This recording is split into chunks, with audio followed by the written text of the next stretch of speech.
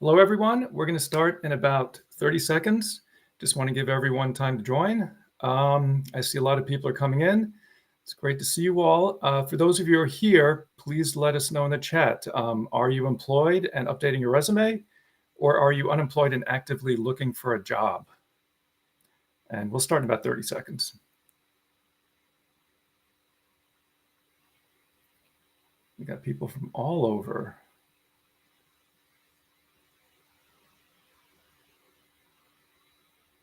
South Africa, Munich, wow, all over the world. This is great.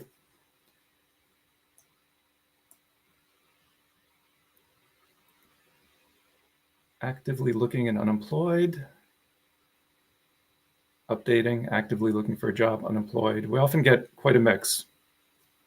Unemployed, actively looking for 7 months. Great. Okay, I think we're going to begin. So welcome everyone to the first session of the 2024 JobScan Hire Ready Summit. My name is Rob Henderson. I'm a team member here at JobScan. Now, first things first, I know that many of you will be wondering if this session is going to be recorded. Yes, all the sessions at the event are being recorded. We're offering access to the recordings to JobScan premium customers as a perk. If you're not a premium customer yet, you can take advantage of a special promotion that we're running for this event. And you can see below me that there's a URL, and you can go to that URL to get 20% off of JobScan Premium. The discount will be applied automatically. All you need to do is sign up, and then you will receive an email with links to all of the recordings from today's summit. Okay, so now I'd like to introduce our speaker for the session, Bogdan Zlatkov. Bogdan is the founder of GrowthHackYourCareer and author of The Ultimate Guide to Job Hunting, ranked #1 on Google. He's a LinkedIn top voice who has helped over 167,000 job seekers accelerate their careers by working with award-winning career coaches, best-selling authors, and Forbes council members. For today's session, Bogdan is going to share 5 resume improvements that you can implement in less than 5 minutes. Okay, we're going to get started. Feel free to ask questions in the chat box. After the presentation, we should have some time for a Q&A. All right, now I'm going to hand things over to Bogdan. Awesome. Thank you so much, and glad to see everybody joining from all over the world. So today I'm going to be talking about 5 resume tweaks that you guys can use in order to improve your chances of landing an interview. A quick 60-second background about me for those of you that don't know me. I used to work in film and TV for about 5 years. And then I made the very painful transition of going from film and TV into startups and tech, where I've been for the last 7 years. That job search took me 14 months. It was brutal, right? It took me, I was applying the jobs every single day, 5 jobs a day, every single day for 14 months. I ended up running out of money completely, went down to downtown San Francisco, became an Uber driver, and basically drove Uber from 6 a.m. to 12 p.m., then job search from 12 p.m. to 5 p.m. So for all of you that are struggling out there to land jobs right now, like I totally remember what that was like and really have a lot of empathy for you guys. That being said, once I learned how to actually job search better, my next job search was only 3 weeks long. So you can learn this stuff and you can get better at it. So don't feel like just because it's not working right now means that it's not going to work. So in 2017, I launched Growth Hack Your Career with all this knowledge that I had learned about. We have a bunch of free resources on there, free resume course, interview course, a lot of free stuff there to help you guys out. So you might be asking, well, how did you do it? How did you, figure out the job search process? I realized that I needed to actually go to the source and figure things out. Like it wasn't just about reading articles, online. So I actually went to a lot of recruiter friends that I knew, and I just asked them for feedback. I said, what am I doing wrong? Like, what's wrong with my resume? What's wrong with my interviews? And a lot of them said no, but some of them were very generous and did help me out. And so that was one way that I figured stuff out. I also learned from a lot of the top career coaches on LinkedIn. So assembling all of their knowledge into kind of like one package is kind of what I do at Growth Hack Your Career. So that's a little bit about the background on me. first, what I'd like to do is, if you guys will indulge me with a little bit of myth busters. So I will give you guys a fact or a myth, and you guys tell me if you think this is a fact or a myth. So I have a few of these to kick things off here. So the first one, let me know in the comments, do you think this is a fact or a myth? On average, a recruiter spends 1 to 2 minutes reviewing your resume. What do you guys think?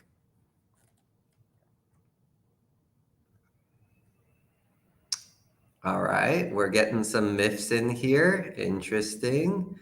Oh, some people think it's a fact. All right, I'm going to reveal. All right, so this is a myth. This is probably one of the most important ones, and the thing that will kind of ground us for this entire presentation, which is recruiters will only spend 10 to 30 seconds reviewing your resume, which means they're not reading your resume. They're just scanning through it quickly. And so with that lens, we'll make some changes that can help you guys out. When I was talking to one of my recruiter friends, she even told me, I'm pretty junior right now, I'm just beginning, so I spend about a minute per resume, but I hope to bring that down to 20 to 30 seconds as I get more experience. So they're literally trying to spend less time reading your resume. And as they gain more experience, they are getting better at figuring out like, oh, should I interview this person or should I not?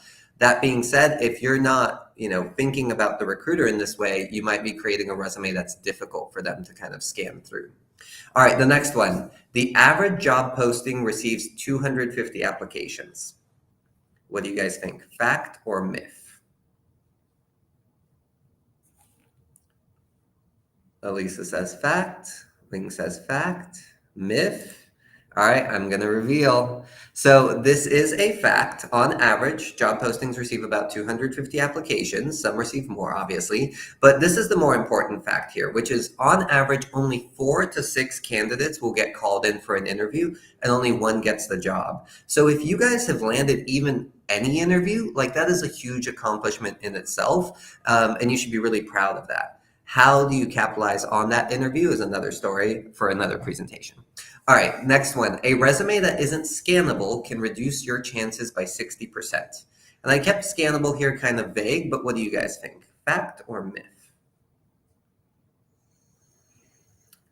Oh, Melinda is saying myth. Nikki's saying fact. All right, I'm going to reveal. Here we go. All right, so this is a fact. Your resume must be scannable by both the ATS system, which everybody kind of focuses on that, but also it needs to be scannable by the recruiter. So making sure that they are able to see your best accomplishments within 5 seconds. All right, and here I have our last one. On average, a recruiter will review about 35 resumes per day. What do you guys think?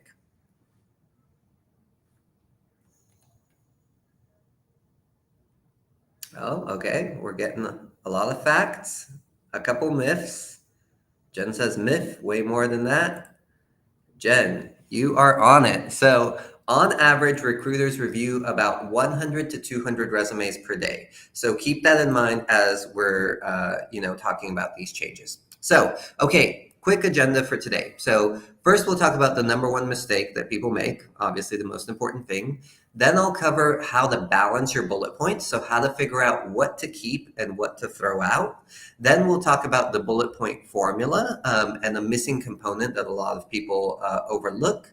Then we'll talk about cutting the clutter, so reducing the length of your resume. And lastly, we'll talk about adding a little bit of personality to your resume to kind of help you stand out.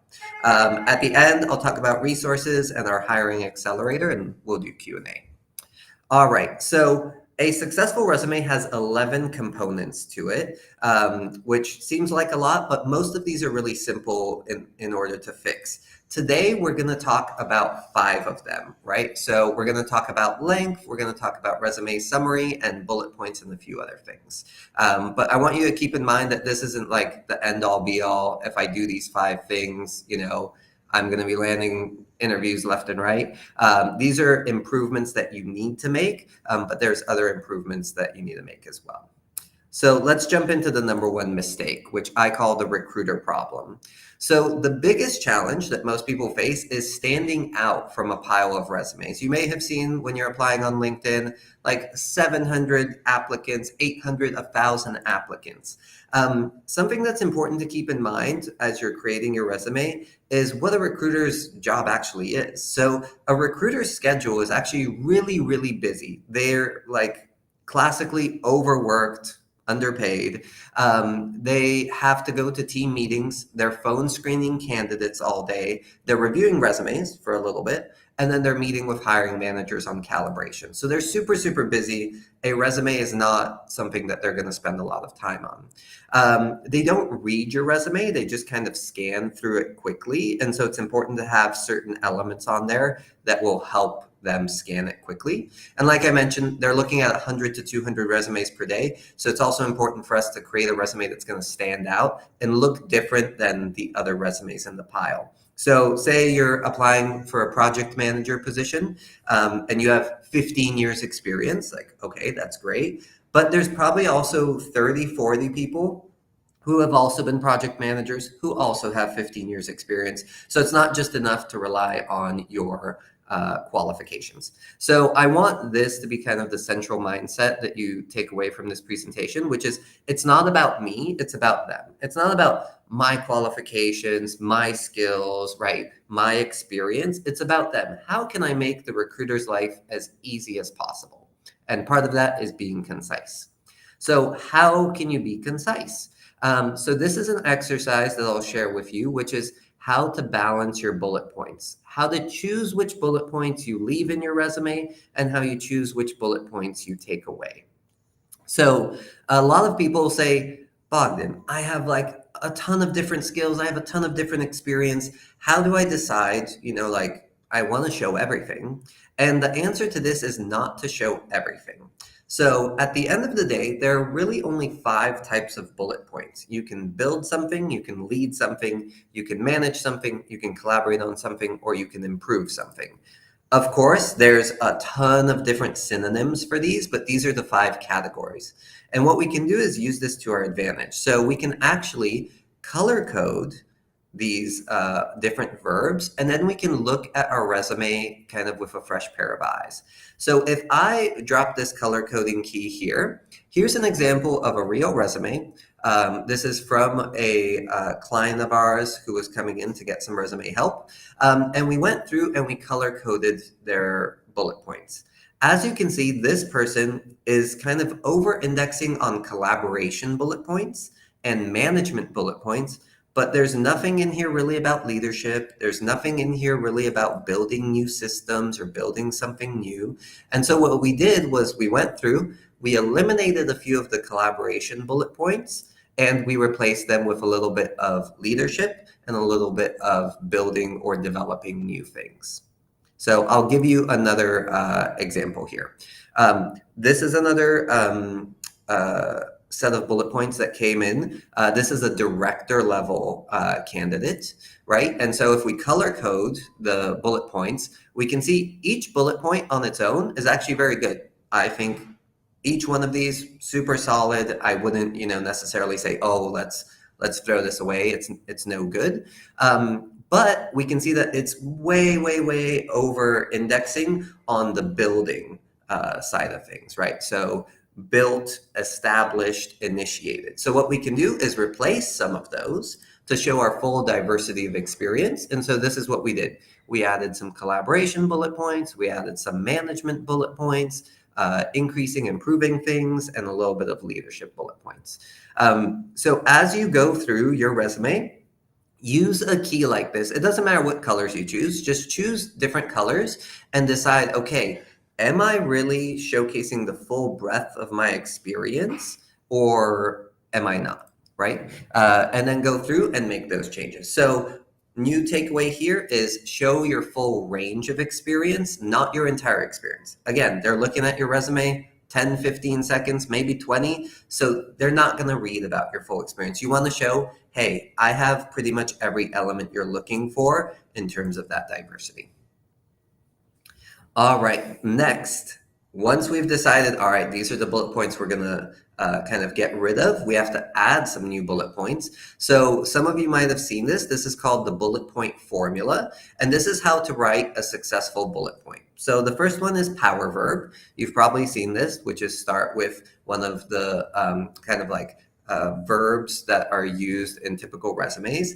Then we add the method or the skill by which you accomplished whatever you accomplished. And then the last one is the result. So what does this look like? Here's an example of a bullet point. Improved our SEO strategy through a content audit. A lot of people will write a bullet point like this, but if you notice, there's something missing here, which is the result. So you can add these two magic words to your resume and it instantly improves it, resulting in. So improved our SEO strategy through a content audit, resulting in a 23% increase in website traffic. For those of you who might be asking, I see Seuss, you're asking, what if you don't have any results? Pretty much every job has some type of result, and you don't have to be so precise. You don't need like an analytics dashboard. You can even just kind of like estimate it. You could say, handled 95% of customer requests successfully, right? Think about, all right, I handle about 100 customer requests per week. There's usually only like one or two of them that like I can't actually handle and I have to share them with my manager. And so you can say, okay, I handle about 98% of customer requests successfully, right? So everybody can find a result. If you can't figure out how to find results for your resume, I have a video on it. So feel free to reach out to me on LinkedIn after this or on the website. And happy to share that video with you guys. Now, another way that you can kind of create more diversity in your resume is to flip it. So using the result at the beginning. So this is the exact same bullet point, but I've flipped it so that the result is at the beginning. Increased website traffic by 23% by improving our SEO strategy through a site-wide content audit. So you can kind of flip these three elements, but you should always have these three elements. All right, so that's how to add bullet points. Now, how do we figure out how to shorten our bullet points, keep things concise? So this is a technique that I actually learned. I was a writing major in college, and they actually taught us this technique for writing more concisely. But you can use this technique in your resume. It works like magic. So one way that you can figure out if your your bullet points are too long is by using the and technique. This is a really simple technique. You're going to go on PC, you do Control F. On Mac, you do Command F and type in the word and. The rule here is you should only have one and per sentence. I'll say that again. You should only have one and per sentence. If you're seeing, like you're seeing on these bullet points here, that you have more than one and or a synonym as well as per sentence, it means you're trying to say too much in that one bullet point, okay? So you want to look at your resume, see how many ands are in each bullet point, and then remove some of them to reduce the complexity. So let's look at another example. This is literally pulled from my resume that I use to land jobs. And let's use the and test on this one. Boom, there you go. Only two ands in these 4 bullet points. The reason that these bullet points feel so much lighter and easier to read is because each bullet point is not trying to say too much. All right, now the final test. And thank you, Claire, for the compliments on the workshop. I'm glad you're enjoying it. All right, the final test, which is word count. A lot of people go, Bogdan, should I have a 1-page resume? I have 15 years experience. Can I have a 2-page resume? Can I have a 3-page resume? The answer to this is forget page count, okay? You can cram thousands of words onto a page if you're clever with your formatting. A better test is to use word count. So I want to open this up to you guys. What do you think the best amount of words on a resume is? Is it 500, 600, 700, or 800 words? What is kind of that sweet spot in terms of length of resume, in terms of word count? Let me know in the chat.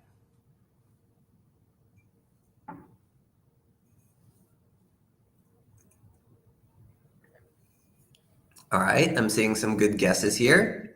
I'm seeing B, A. Some people are saying C. All right, interesting. All right, I'm gonna reveal. Get your guesses in. Here we go. Oh, a lot of takers for B. I think you guys might be disappointed. The right answer is A, 500 words. So this is based on a few studies that have come out, but also just like in my personal experience of creating hundreds of resumes, the best resumes tend to be between 350 to 500 words, right? If you have a ton of experience, say you're like director level, VP level, right? Like much higher C-suite level, you can push it to 500 to 600 words. But the reason you don't want to go beyond that is because, again, the recruiter first is not going to read it. They're not reading your resume, they're just scanning through it. And what you do when you add more words to your resume is you're reducing the probability that they're going to see your best stuff, right? When you add a ton of stuff, the chances that they're going to spot your absolute best bullet points in a sea of words is much lower. So 350 to 500 words is the best. And Michelle, I saw your question about 500 words per experience. No, this is 500 words total. So go ahead and check your resume and make sure that it's not over 500 words. Most people's is about 800 to 900. All right, so new mindset. Your resume is like a movie trailer. It is not the entire movie, right? You're not trying to tell someone your entire work history, everything you've ever achieved in your entire life in your resume. You just want to show them like a little bit of a highlight reel so that they want to learn more about the movie, which it means like bringing you in for an interview and asking you those kind of follow-up questions. Oh, that's great. Dulce says 647 words with 15 years. You're close. You're very close. Lorraine is saying 1,000 words. It's okay. Use some of these techniques that we talked about today to reduce the word count. All right. And then the last tip that I'm going to share with you guys here is about your resume summary. So this is about adding a little bit of personality to your resume so that you stand out in a sea of resumes. So challenge number 3 is being human on paper. It's really hard in this kind of like formal document to kind of convey your personality and who you are. But it's really important because a resume has 2 purposes.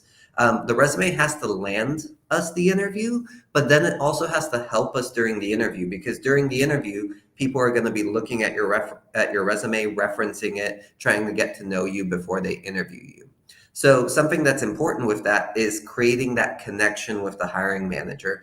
I run a workshop on interview prep where I talk about how to create a connection with a hiring manager. I'll post about it on LinkedIn. So again, feel free to follow me there. But it's really, really important to create connection with the hiring manager, because hiring managers hire people that they want to work with.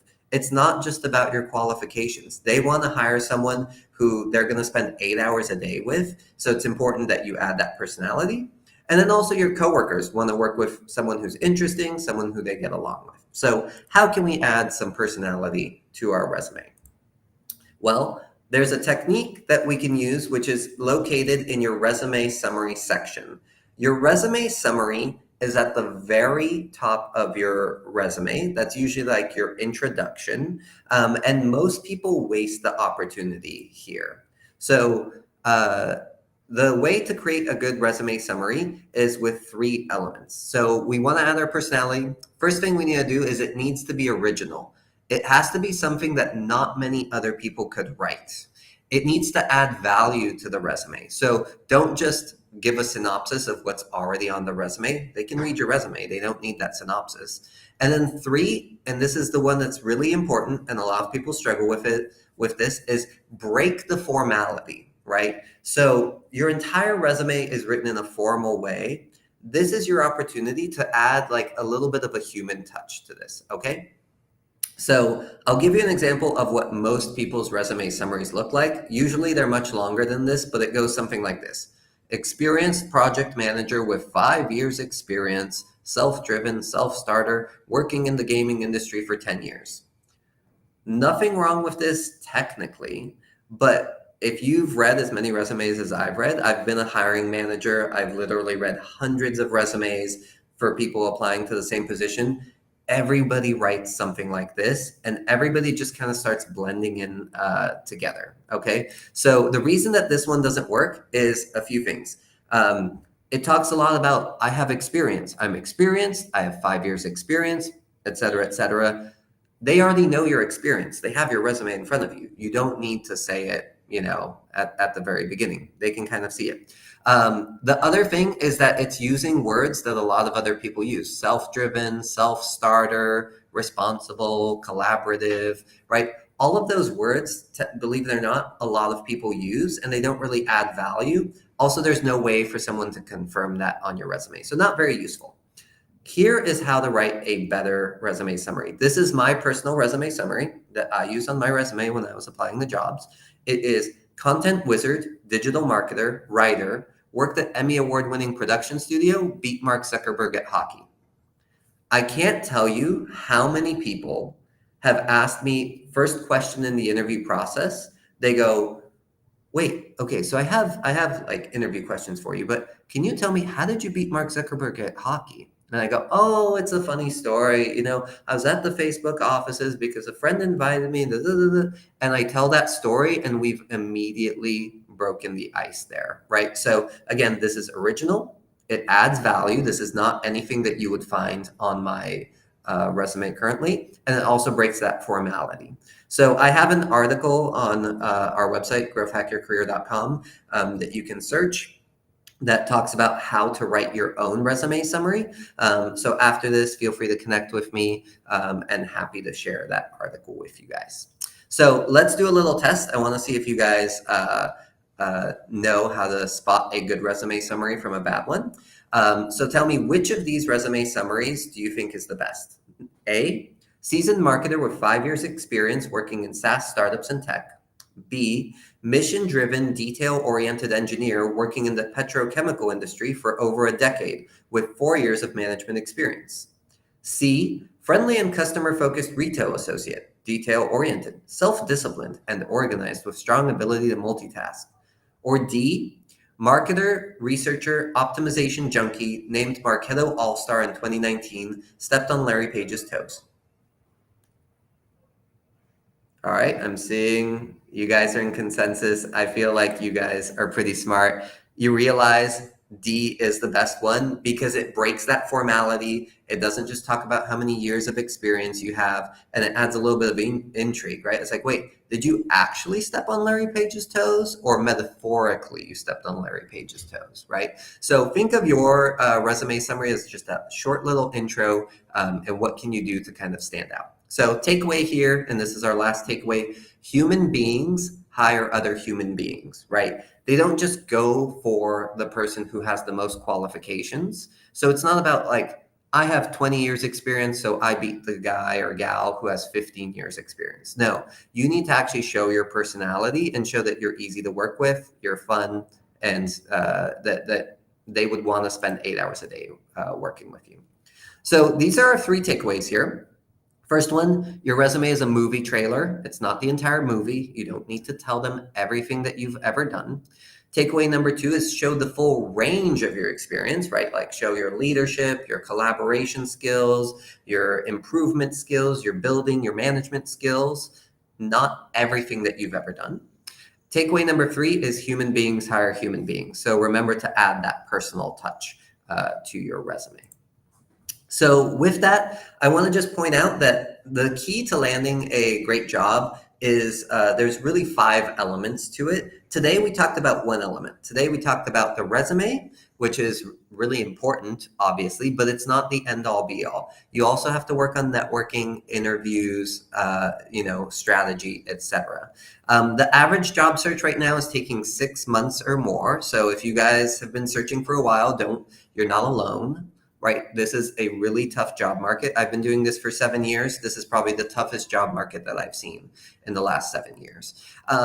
With our coaching program, we tend to be able to bring that down to about 2 to 4 months. And so what is that coaching program?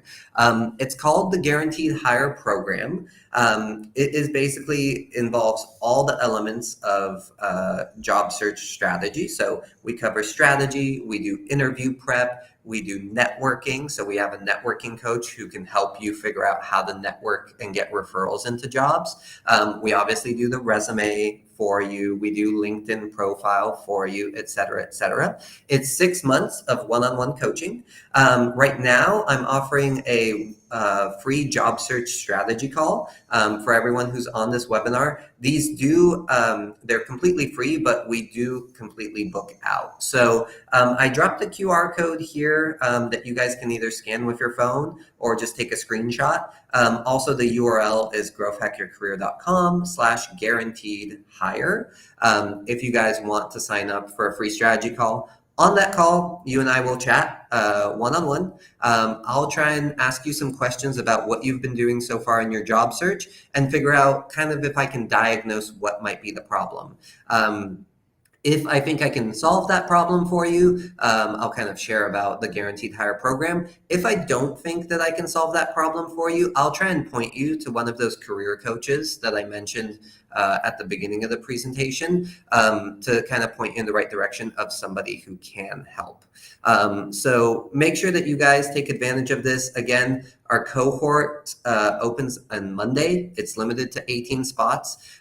So I recommend signing up for that free strategy call early so that you can get in on the program if you want to, right? No obligations there. So with that, I will switch over to our 3 takeaways, and I think we can open it up for questions now.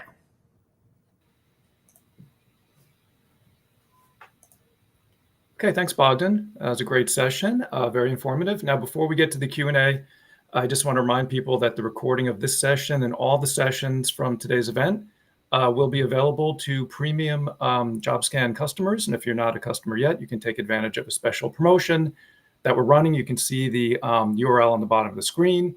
Go to that to get a 20% off of JobScan Premium. And when you sign up, the discount will be applied automatically, and you'll also receive an email with links to all of today's recordings. Okay, so we have a lot of questions. I just want to start with, in the beginning, a lot of people seem concerned about the measurable accomplishments. A lot of people say, well, I don't have any measurable accomplishments. The field that I'm in, we don't use metrics like that. What can I do? Great question. Really common question that I get. Again, it's okay to estimate your accomplishments, right? So let's say that like you even just work in retail, right? Like say you work at Starbucks and you just work in retail, you work behind the register, you can still estimate some of your accomplishments, right? So how many people would you say that come into the store per day? All right, 200. Okay, out of those 200 people, how many people have issues or problems? Maybe 3 or 4. So you could say literally like 96% success rate, or serve over 200 plus customers daily, right? Everybody has quantifiable accomplishments. It's just about thinking the stuff that you do on a day-to-day basis. Try and quantify it. It doesn't have to be exact numbers. Nobody cares if it's 200 or 207 customers, right? Try and just give it estimates, but it really helps to have, I'd say like 3 or 4 numbers on your resume. So hopefully that helps. I know that some jobs you might be working for, 4 years doing research before you actually like accomplish your goal. Even those jobs you can find, ways to quantify what you're doing. Right. A lot of people asking about using AI, ChatGPT. What are your opinions on that in general as far as writing a resume? Yeah, ChatGPT is okay. I like to use it to generate ideas. So for example, let's say that I'm a project manager and I go, hey, ChatGPT, give me 20 bullet points that a project manager might have on their resume. Usually it'll give you pretty generic ones, but some of those will spark ideas. So again, use that bullet point formula that I shared today to kind of customize it, but use ChatGPT, for example, to kind of give you some ideas of like, oh, I didn't really talk about my Scrum or my Agile experience. I should probably add that on my resume, right? So just a way to like generate ideas. Also really good if you want to add more skills to your resume. In general, I recommend having between 15 to 30 skills listed on your resume. That's good, right? If you're trying to be in the ATS system and make sure that you're discovered in ATS, but also useful for the hiring manager to kind of get an overview of your skills. So yeah, use it for ideas. Don't just copy and paste straight from ChatGPT. Great. I just wanted to get back to the measurable accomplishments for a second, because because a lot of people here already have jobs and they're updating their resume. If you have a job, every week or so, write down whatever you can, because it's very hard to remember later what your measurable accomplishments might be. So it's hard to do when you have a job, you don't think about it, but I need to be better at that. But it can be very helpful when you are looking for a job to have these notes and have these numbers there. A lot of people talking about ATS. Should they include columns? How are they going to fit? If it's 500 words, your resume, how are they going to fit the keywords they need to fit into that? Sorry, should they have columns? That? I mean, should they use things like columns? Is that going to knock people out of the ATS? They're worried about the ATS. So this used to be a big issue when you would have a 2-column resume. Lately, ATSs have gotten better, and so 2-column resumes are acceptable. The big thing to watch out for is text boxes. ATSs are still notoriously bad at finding information in text boxes. So I have a video on the website that talks about, if you guys just join for free, just name an email. You'll see a video there that talks about what are the most important things regarding the ATS. In that video, Virginia Franco, one of these amazing career coaches on LinkedIn, talks about if you have information that might be in a text box, you also want to place it in other places on your resume so that the ATS can read that. It's okay to have text boxes on your resume, but you don't want to just say that's the only place that keyword shows up is in that text box. The ATS won't find it. So make sure that if you use text boxes, you have those words in other places on your resume. But yeah, 2-column, totally okay. Yeah, ATS have become more sophisticated over the years. In the past, when you had any kind of design elements, it would have trouble reading it, but they are improving in that regard. Somebody's asking, should you have 2 resumes, one that's for the ATS and one that maybe you hand to somebody physically? Is that a good idea? That maybe has more design elements? You can. I would say that your resume should really be friendly for the human being no matter what, right? Don't submit a resume that's friendly for the ATS and then have, it's not actually friendly for the human being, right? There's no reason to need that if you create your resume in the right way. So my take on it is you should have different versions of your resume, but that's because each one has a different focus area. When we work with clients, we typically create 3 resumes for them. So they're similar, but each one has a different focus area to speed up how quickly you can apply.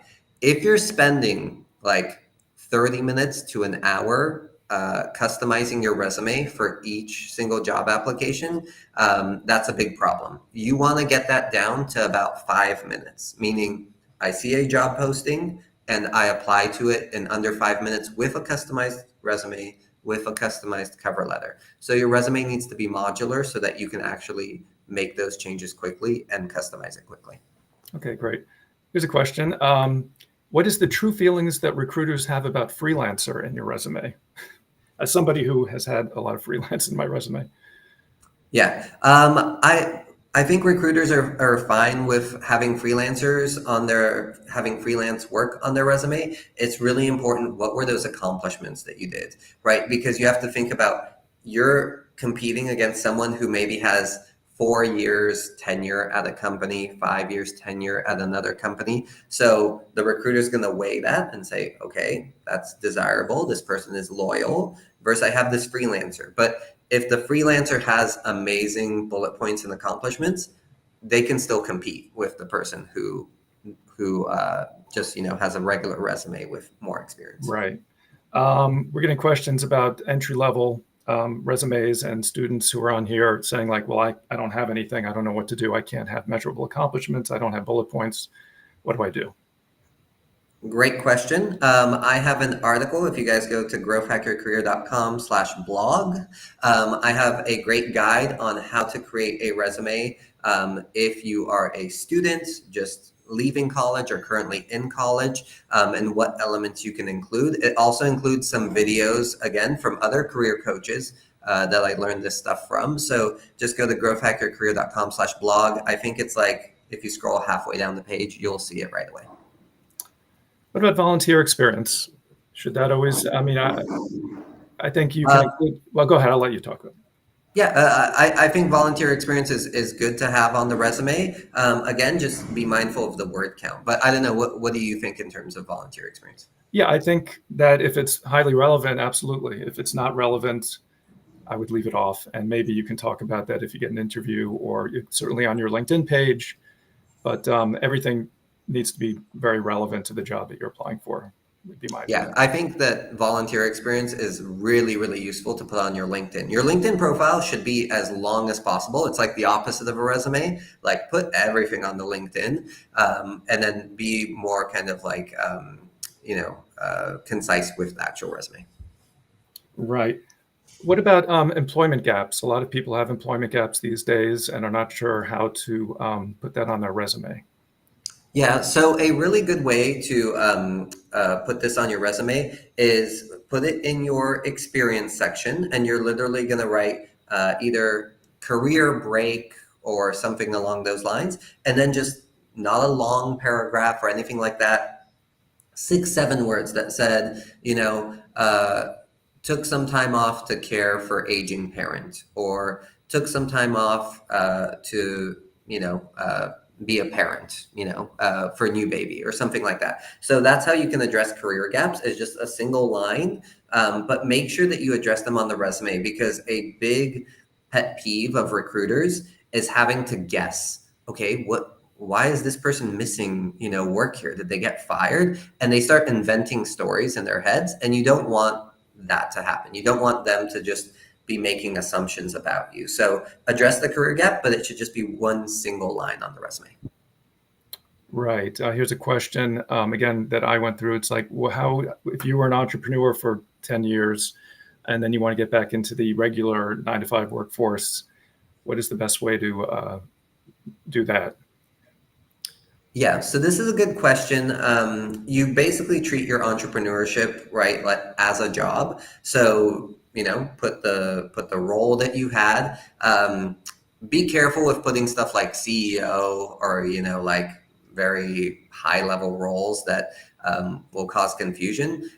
Put something that is relevant to the role. So, for example, for myself, when I write about Growth Hack Your Career and I'm applying to jobs in the past, I would say lead instructor. I wouldn't say I'm the CEO of Growth Hack Your Career. So make sure that you kind of like tone down the language, and make sure that you have the right bullet points, right? Showcase some of your achievements, especially some of the stuff that you learned that's kind of outside the box of a typical role that you're applying for. That could be a really good differentiator actually for you. So say you've always worked in marketing, but then as an entrepreneur, you had to do sales. So now you also have sales experience. So that can actually work for you rather than against you. Right. As far as career change, what do you suggest for career change resumes? What are the main points that you would like to cover on that? That's a really big question. Once again, I have a video on the website that addresses exactly how to make a career pivot or career change. Career changes tend to be much more complicated than just applying for a job. So a lot of the people who actually book those free strategy sessions with me and work with us in the Guaranteed Hire program are people who want to make a career change. So if that's the case, feel free to book a session with me, and happy to chat through you. It really is different for everyone, and depending what you're trying to do. My only big takeaway here for you is, whatever you're doing in terms of like career change, add like 2 to 3 months to your job search. So if your job search was going to take 6 months, it might now take 9 months to accomplish that career change. Again, it's doable, it's worth it, but just have that in the back of your mind, like, okay, I'm trying to make a big jump.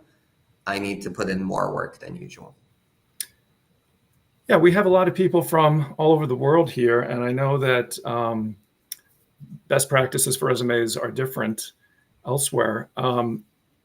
Do you have any advice for people from outside the U.S.? I know, for example, they like to put photos on resumes outside the U.S., and we don't really encourage that here. Anything else that you could offer? It really varies. That's why I recommend if you're going to find like a career coach to follow, make sure that that person specializes in your region for the most part. For example, I've worked with a few Australian career coaches on resumes and with clients. And in Australia, very typical to have a 3-page resume, like completely normal. Most people have much longer resumes and it's expected. So if you come in with a 1-page resume, they'll go, wait, what? Like that doesn't make sense. So make sure that you at least follow someone who is talking about resumes and things like that in the in the country that you're trying to apply to. But I don't have much expertise Right. in like Asia, Africa, Middle East. It's mostly been Europe, America, Canada. Right. What do you think about free certifications? Are they worthwhile having on your resume? They're worthwhile having if it's like a certification that like actually means something. So like AWS certification, Google Analytics certification, put all of those in your education section. Again, try and keep things short. So keep them to 1 line long, or you can stack them. So it could be, AWS certified slash, and then, Google Analytics certified slash, like, so that they don't take up too much space, but definitely include them to show that like you're a constant learner. The place where certifications really come in handy is for your cover letter.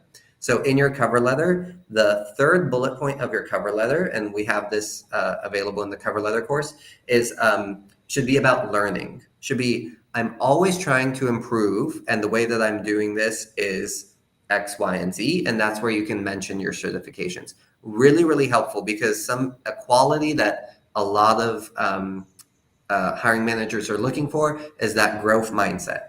Is this person trying to improve? Are they trying to learn, et cetera, et cetera? So that's really the best place to put it. And also, a lot of people were asking earlier, is the 500 words, does that count every word on your resume, including contact information? Yes. Yeah. Right. So when you go up to the tools menu and you go word count, that number should be 350 to 500. Like 350 is more ideal. So most of the resumes that I help people write are in that like 400, 450 word range. I know that it's super, super hard because you're saying like, I don't want to get rid of this. This is important. That's important. The chances that someone is actually reading down to some of like your lower accomplishments is really low. And the test that I like, that you guys can try this test right now, this will be like our last little takeaway here, is try the 10-second test. Hand your resume to a friend or show it to them on a screen, give them 10 seconds to read it, and then say, okay, what do you remember about the resume? You will be shocked at how little information they were able to take in during that time.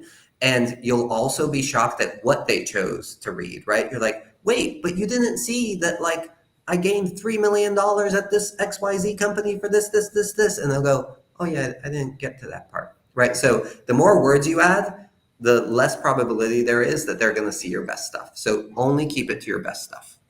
Okay, great. Well, we're out of time. Thank you so much, Bogdan. That was really helpful. I'm sure everybody got some good information from that. I noticed there are a lot of comments about what to do if you're an older job seeker or returning to the workforce after taking care of your kids. I'm actually doing a session on that later, job tips for mature professionals. So plugging my session, which is the last session of the day. And as a reminder, the next session will be Rachel Sirwitz's workshop for a live LinkedIn profile audit. And she's going to show you how to optimize your LinkedIn profile, which is very important. Okay, we'll see you there. Thanks, everyone. Thanks, everyone.